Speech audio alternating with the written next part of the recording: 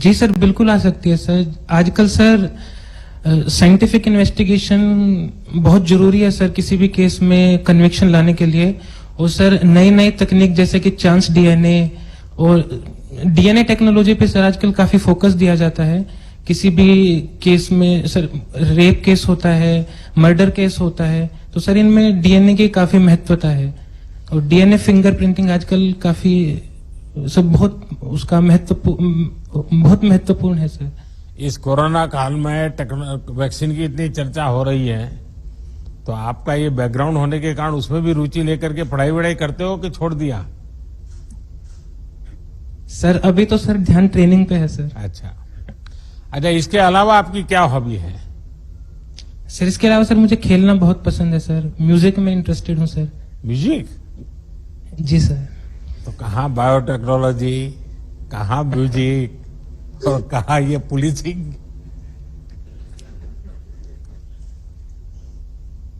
Sir देखिए, हमारी Kerala hobbies ये पुलिस पुलिसिंग जैसे जो टफ और डिमांडिंग काम में एक प्रकार से बहुत मदद भी कर सकती है, और संगीत है तो और ज्यादा मदद कर सकता है।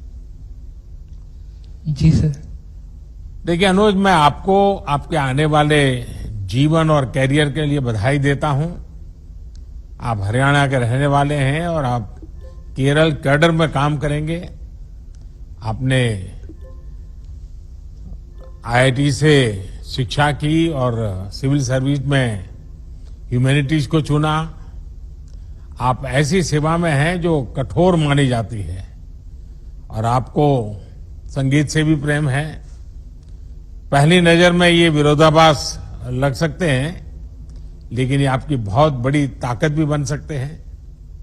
अपनी इस ताकत को आप पुलिस सेवा में बेहतर लीडरशिप देने के लिए काम में लाएंगे, यही मेरी शुभकामना है। धन्यवाद सर। जय हिंद सर। जय हिंद। धन्यवाद श्रीमान। अब मैं अनुरोध करूंगी अपने साथी प्रशिक्षु अधिकारी श्री रोहन जगदीश से कि वो अपना परिचय दें और अपना आपके साथ वार्तालाप शुरू करें। जय हिंद श्रीमान, मेरा नाम रोहन जगदीश है। मैं भारतीय पुलिस सेवा 2019 बैच का प्रशिक्षु अधिकारी हूं। मुझे कर्नाटक कैडर आवंटित हुआ है।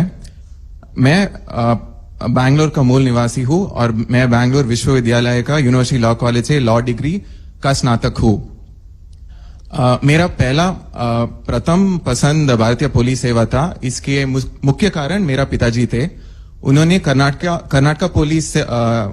राज्य के पुलिस में 37 साल का सेवा किया है। ये मेरे बहुत गर्व के बात है।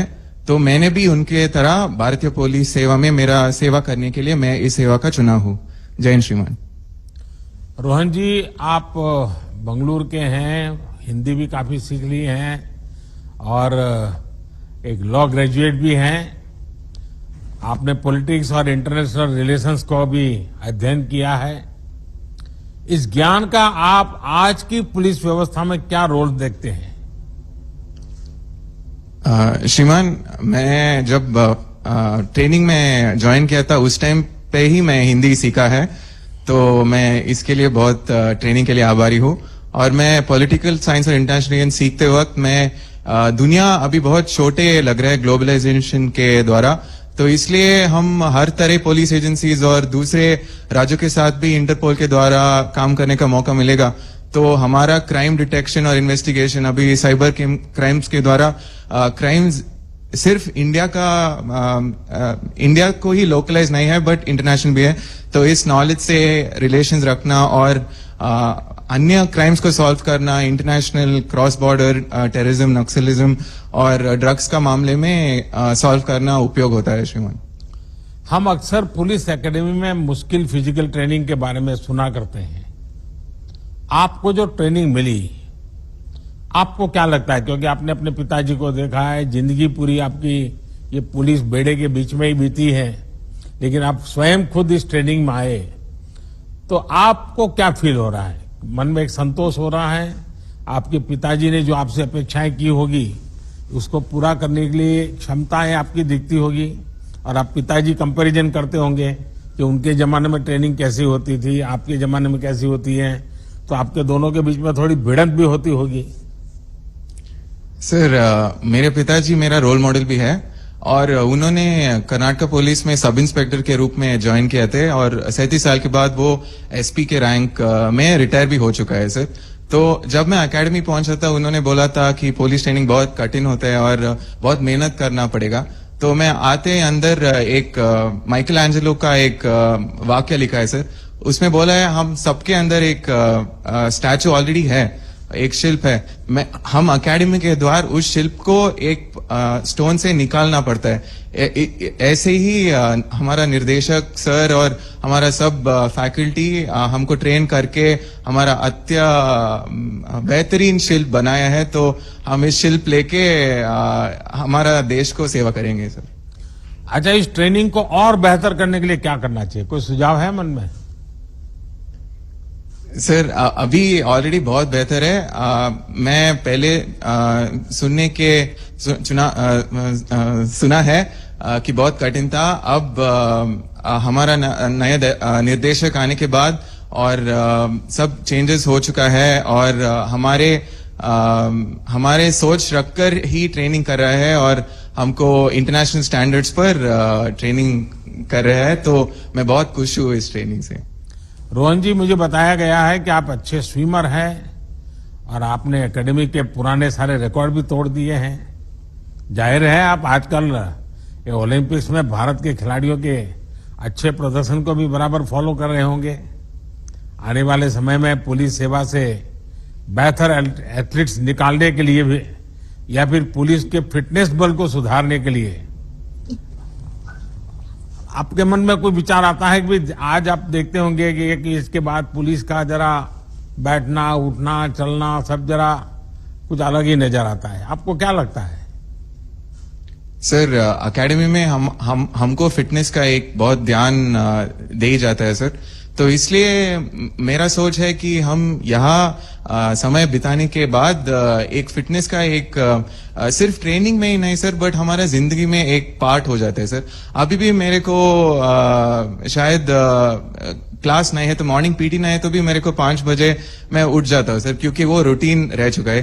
तो ये हमारा पूरी जिंदगी में हम लेके जाएंगे और जब हम जिला पहुंचेंगे हमारा साथी अधिकारी और हमारा साथ काम करने वाला पुलिस अधिकारी को भी इस बारे में बोल के उनको भी स्ट्रेस मैनेजमेंट और हेल्थ के मैनेजमेंट और उनके तबियत को कैसा ठीक रखने का इनका जानकारी भी दे के हम सिर्फ आपकी फिटनेस ही नहीं बट सबको फिटनेस करके पूरा इंडिया को फिट रखने का कोशिश करना है श्रीमान। चलिए रोहन जी, मुझे आपसे बात करके अच्छा लगा। फिटनेस और प्रोफेशनलिज्म हमारे पुलिस की एक बहुत बड़ी जरूरत है और मुझे लगता है कि आप जैसे उत्साही युवा इन रिफॉर्म्स को और आसानी से पुलिस सिस्टम में लागू कर सकते हैं। पुलिस अपनी फोर्स में फिटनेस को प्रमोट करेगी तो समाज में भी युवा फिट रहने के लिए प्रेरित होंगे। मेरी आपको बहुत शुभकामनाएं हैं। जय हिंद श्रीमान। धन्यवाद श्रीमान। इसी श्रृंखला को बढ़ाते हुए अब मैं आमंत्रित करती हूं श्री गौरव राम प्रवेश राय को कि वह आपके समक्ष अपना परिचय रखें और संवाद करें। जय हिंद सर, मेरा नाम गौरव राय है। मैं महाराष्ट्र के अमरावती जिले का निवासी हूं और मुझे छत्तीसगढ़ काडर आवंटित हुआ है। मैंने कॉलेज ऑफ इंजीनियरिंग पुणे से सिविल इंजीनियरिंग की है और इंडियन पुलिस सर्विस से पूर्व मैं इंडियन रेलवेज में कार्यरत था। गौरव जी, मुझे बताया गया कि आप तो शतरंज के खिलाड़ी हैं, बहुत अच्छा खेलते हैं बोलते हैं शतरंज। जी सर। अच्छा, शाह और मात के इस खेल में ये भी तय है कि आपको जीतना ही जीतना है। वैसे आपने सोचा कभी कि अपराधियों को काबू करने में आपका शतरंज का ज्ञान क्या काम आ सकता है?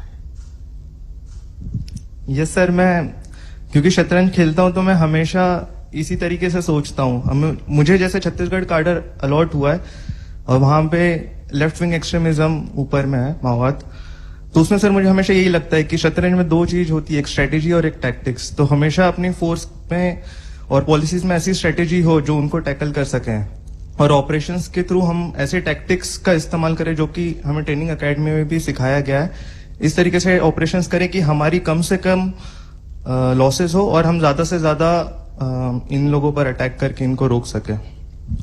गौरव जी, आपने बताया कि आपका कैडर छत्तीसगढ़ अलर्ट हुआ है और वहां की स्थिति के विषय में आपने उल्लेख किया, वहां लेफ्ट विंग एक्सट्रीमिज्म की स्थिति भी है और आप उससे परिचित भी हैं। ऐसे में आपकी भूमिका और भी अहम है। आपको कानून व्यवस्था के साथ साथ जनजातीय क्षेत्रों में विकास और सोशल कनेक्ट को भी सपोर्ट करना है। आपने इसके लिए जब अमरावती में थे तो आपको उसका कोई अनुभव है क्या, कुछ स्कूल लाइफ में, कॉलेज लाइफ में? क्योंकि ये एक क्षेत्र ऐसा है जहां इन चीजों की भी बहुत जरूरत पड़ती है।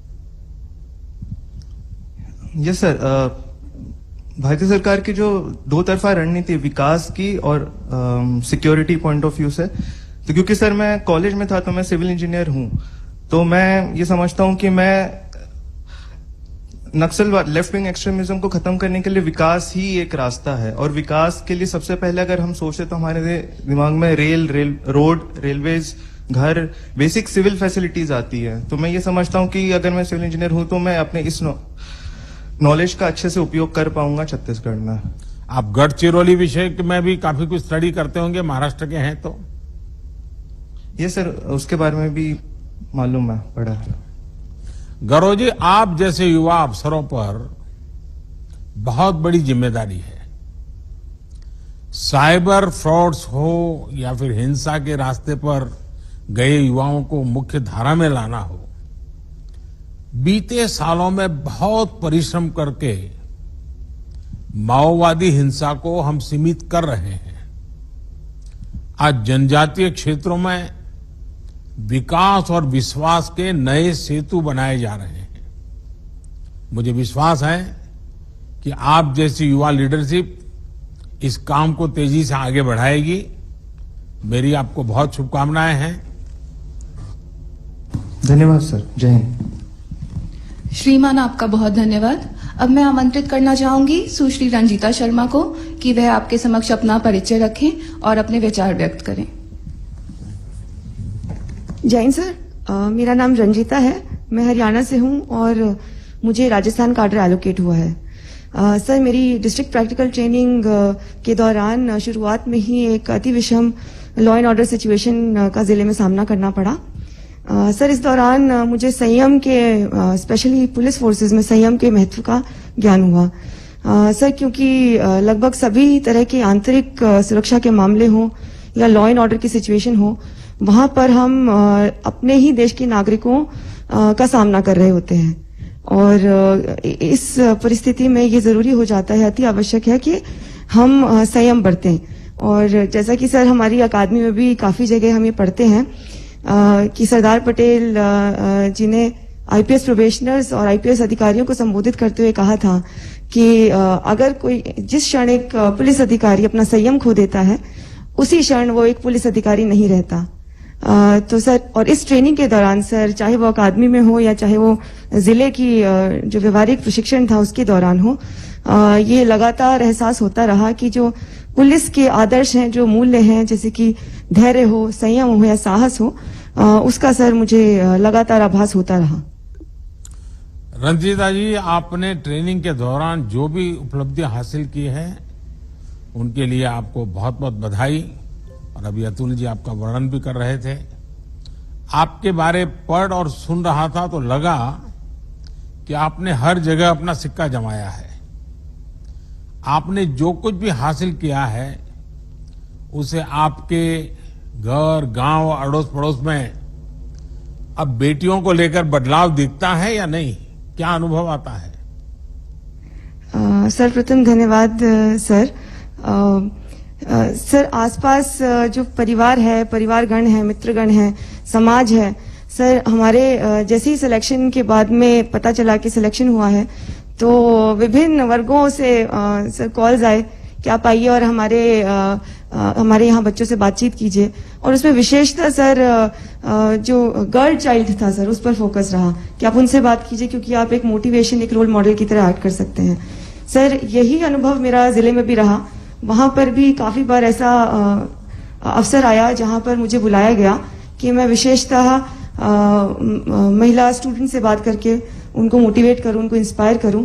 और कहीं ना कहीं सर ये जो वर्दी है इसमें एक आइडेंटिटी, एक पहचान तो मिलती है और एक जिम्मेदारी और एक चुनौती का भी एहसास होता है। और अगर एक महिला को वो वर्दी में देखते हैं और इससे उनको कहीं ना कहीं थोड़ा भी मोटिवेशन और इंस्पिरेशन मिलता है सर, ये मेरे लिए असली उपलब्धि रहेगी। रंजिता जी, आपकी योग में भी बहुत रुचि है। आपने जो पढ़ाई की उससे लगता है कि आप पत्रकारिता क्षेत्र में आगे बढ़ना चाहती थी, तो फिर इस रास्ते में आप कैसे पहुंच गई? सर यहाँ पर भी एक कहानी है। सर मुझे लगता है कि मैंने निजी क्षेत्र में काम किया है इससे पहले लगभग 8-9 साल, परंतु सर मैं कुछ ऐसा एक काम करना चाहती थी जिसका असर मुझे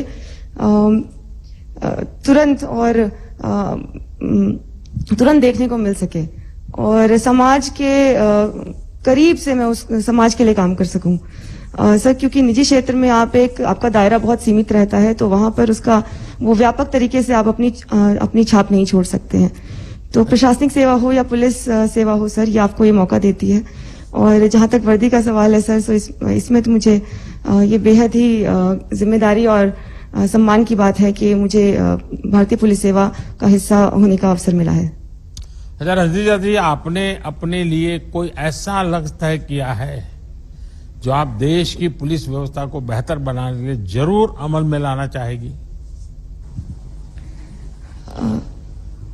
सर पुलिस को मुझे याद है सर, पिछली दफा जब आपका ये इंटरैक्शन हुआ था तो आपने कहा था जहां पुलिस की बात आती है वहां पर डंडा बल इसके प्रयोग की बात आती है। तो सर अगर मैं फील्ड में जाकर पुलिस की छवि को सुधारने, उसको बेहतर करने, उसमें किसी भी प्रकार का अगर योगदान दे पाऊंगी, पुलिस को एक्सेसिबल बनाने के लिए, पुलिस स्टेशंस को एक्सेसिबल बनाने के लिए, ओवरऑल जो इमेज है पुलिस की, अगर उसको जरा भी इंप्रूव करने में अगर मेरा योगदान रहा सर, वो मेरे लिए एक बड़ी उपलब्धि रहेगी और मेरा लक्ष्य भी रहेगा। रंजिता जी, जो मैंने आपके विषय में जाना सुना, आपको एक मैं ऐसे ही एडवाइस देना चाहूंगा कि वो अपनी ड्यूटी से जुड़ा हुआ नहीं है। आपको जहां भी ड्यूटी का अवसर मिले, सप्ताह में 1 घंटा किसी न किसी गर्ल्स स्कूल में जाकर के उन बच्चियों से ऐसे ही गपशप कीजिए। ये जीवन भर इस क्रम को बनाए रखिए। सप्ताह में 1 घंटा किसी न किसी गर्ल्स स्कूल में जाना, उन बच्चियों से मिलना, बातें करना, उनसे चर्चा करना। और दूसरा, हो सके अगर योगा की आपकी प्रैक्टिस कंटिन्यू रहती है तो कहीं खुले बगीचे में बच्चियों के लिए योगा का एक क्लास भी चलाइए, जिसमें आप बीच बीच में जाया करें, ऑर्गेनाइज करें। ये आपकी ड्यूटी के सिवाय कुछ काम कीजिए, आप देखिए इसका असर कुछ ज्यादा ही होगा। खैर, आपसे जो बातें हुई हैं, मैं आपको बहुत बहुत शुभकामनाएं देता हूं। देखिए, हरियाणा हो या राजस्थान, हम सभी जानते हैं कि बीते कुछ वर्षों में बेटियों को आगे बढ़ाने में काफी काम हुआ है।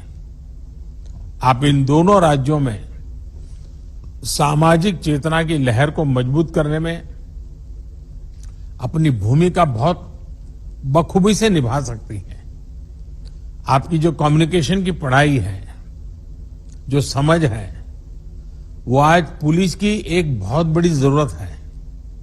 उम्मीद है कि इसका भी आप भरपूर प्रयोग आने वाले समय में करेगी।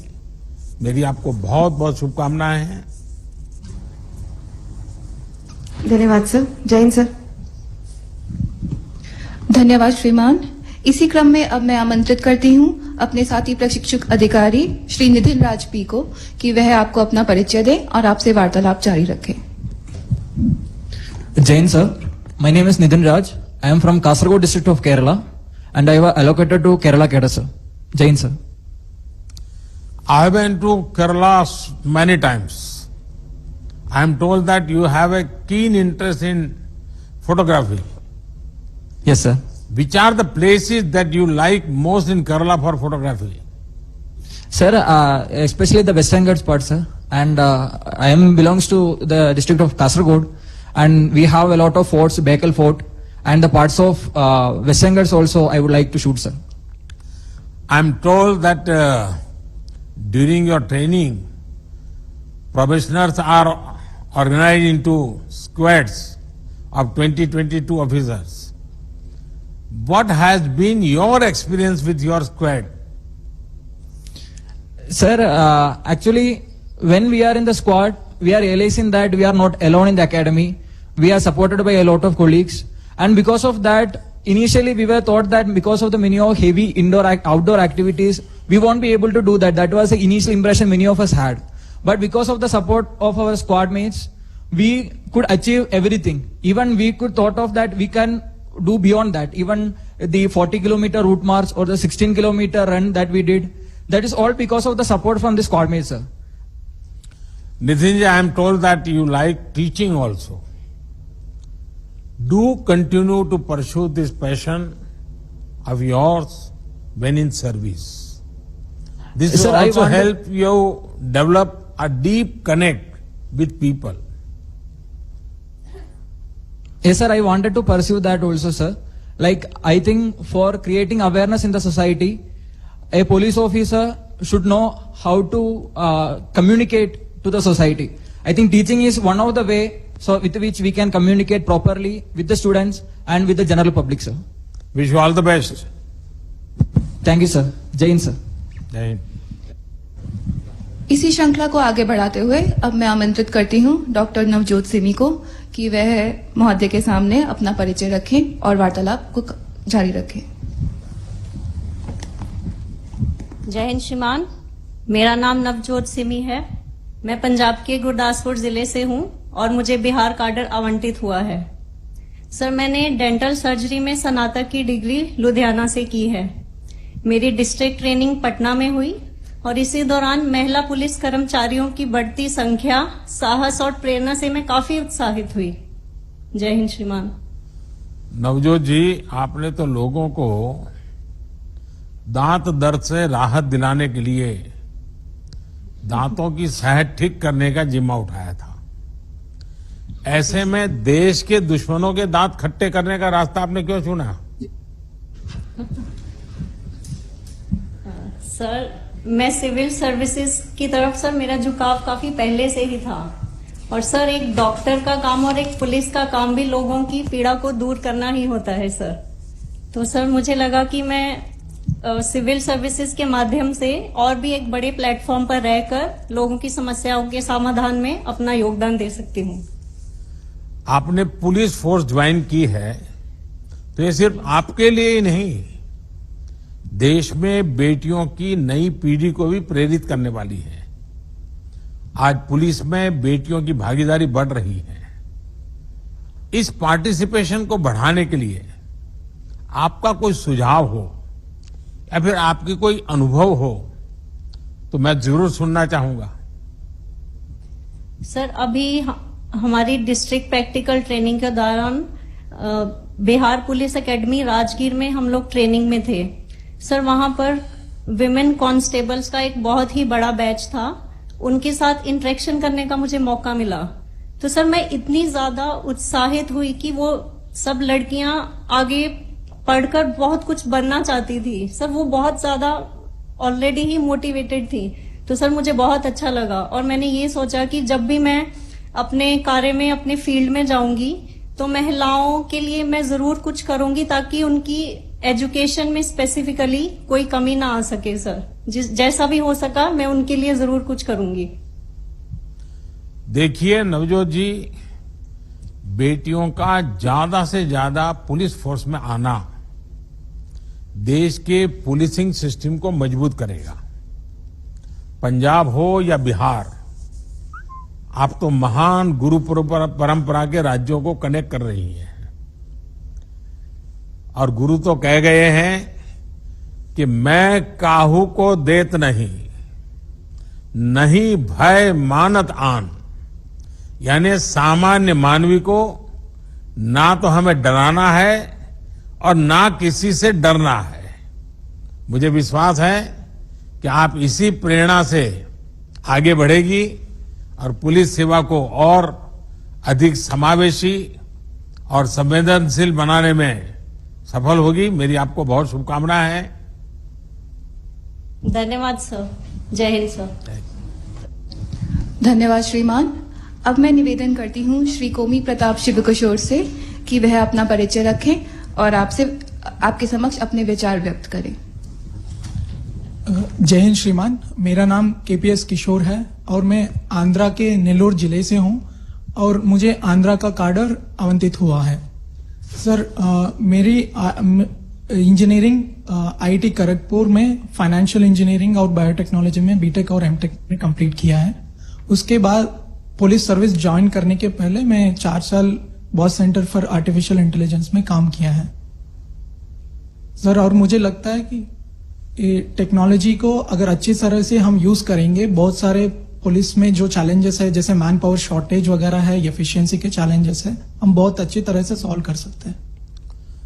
प्रताप, आप फाइनेंशियल बैकग्राउंड से हैं, ऐसे में आज फाइनेंशियल फ्रॉड्स की चुनौती है। ट्रेनिंग के दौरान उससे निपटने के लिए आपको कोई इनोवेटिव आइडियाज आते हैं क्या? विचार आते होंगे मन में काफी कुछ। जरूर सर, हमको बहुत अच्छे इन्वेस्टिगेशन में फाइनेंशियल फ्रॉड्स को इन्वेस्टिगेट करना, कौन सी लॉस है उनको परिचय किया गया है। और खास करके जब हम फील्ड ट्रेनिंग में थे कर्नूल जिले में, बहुत अच्छा फाइनेंशियल फ्रॉड्स, आधार रिलेटेड फेक आधार कार्ड्स के थ्रू संक्षेम कार्यक्रम से कैसे पैसे लीक हो जा रहा है, ऐसे काम इन्वेस्टिगेशन करने में बहुत ट्रेनिंग मदद की और फील्ड में, और मुझे लगता है कि बहुत कुछ आगे सीखने के लिए मिलेगा। साइबर क्राइम में हमारे बच्चे और महिलाओं को ये जो एलिमेंट्स हैं उनको बहुत निशाना बनाते रहते हैं और इसके लिए थाने के स्तर पर क्या काम हो सकता है, इससे जुड़ा कोई सुझाव, क्योंकि आप आर्टिफिशियल इंटेलिजेंस को जानते हैं, आप टेक्नोलॉजी के व्यक्ति हैं, फाइनेंस का बैकग्राउंड है, तो इसमें कोई सुझाव आपके मन में आता है? अभी लगता है कि हाँ, इसमें ऐसे जाना चाहिए। सर, हमने ये काम किया सर, जिसमें जो भी नया साइबर फ्रॉड हो रहा है, जिसका तरीके हो रहा है, हर दिन हम न्यूज़पेपर में और अपने लोकल सिटी चैनल में बोलते थे। और यही काम हम जो वल्नरेबल ग्रुप्स है जैसे कॉलेजेस है जो नया स्मार्टफोन लेके आ रहे हैं और उनको हर हफ्ते एक सेशन ऐसे करते थे और दूसरा कंटिन्यूअसली महीने में एक बार एक वेबिनार जैसे कंडक्ट करते थे जहां लोग अपने मन से ज्वाइन करते थे। और सबसे ज्यादा मुझे लगता है कि ये जो क्राइम जिस हिसाब से होता है उसको हम लोगों तक पहुंचाना है ताकि वो पहले ही जागरूक हो। देखिए प्रताप, डिजिटल टेक्नोलॉजी बहुत इंक्लूसिव टेक्नोलॉजी है जो सबको जोड़ती है और गरीब, वंचित, शोषित तक भी सुविधा और संसाधन पहुंचाने में बहुत मददगार है और ये हमारा भविष्य भी है। लेकिन इसके साथ साथ इसमें साइबर क्राइम को भी बहुत बड़ा खतरा बना दिया है। विशेष रूप से फाइनेंशियल फ्रॉड्स एक बड़ी चुनौती है। इसलिए अपराध को थानों, जिलों, राज्यों की सीमा से बाहर निकालकर नई राष्ट्रीय और अंतर्राष्ट्रीय चुनौती बना दिया है। इससे निपटने के लिए सरकार अपने स्तर पर अनेक कदम उठा रही है, लेकिन इसमें पुलिस को भी नीत नए इनोवेशन करने होंगे। डिजिटल अवेयरनेस को लेकर थाने के स्तर पर विशेष अभियान चलाए जा सकते हैं। इसके अलावा मेरी आप सभी युवा अफसरों से ये आग्रह रहेगा कि आपके पास भी अगर इस विषय में कोई सुझाव हो तो आप मेरे तक जरूर पहुंचाइए, होम मिनिस्ट्री तक पहुंचाइए, क्योंकि आज ये जो यंग फोर्स हैं जिनको इसका बैकग्राउंड होने के कारण उनके विचार इस लड़ाई में बहुत काम आ सकते हैं। चलिए प्रताप, बहुत बहुत शुभकामनाएं आपको। जय हिंद सर। धन्यवाद श्रीमान। अब मैं मित्र राष्ट्र मालदीव के पुलिस अधिकारी श्री मोहम्मद नाजिम से अनुरोध करती हूं कि वे माननीय प्रधानमंत्री जी से अपने अनुभव साझा करें। Good morning, Honorable Prime Minister, sir. I am Chief Inspector of Police Mohammad Nazim from Maldives Police Service. It is a matter of great pride and privilege to have an opportunity to speak about my experiences in the memorable journey in Sardar Vallabhbhai Patel National Police Academy with 2019 batch of Indian Police Service. During the last 2 years of our training, our professionalism, fitness and competence as a police officer have improved tremendously. Officers from Maldives has been undergoing training in this academy since 1998. Our current Chief of Police Mohammad Hamid, along with the most senior leaderships, are also proud alumni of this prestigious academy. Sir, the 2 years of training has enhanced our personality not only as a uniformed police officer,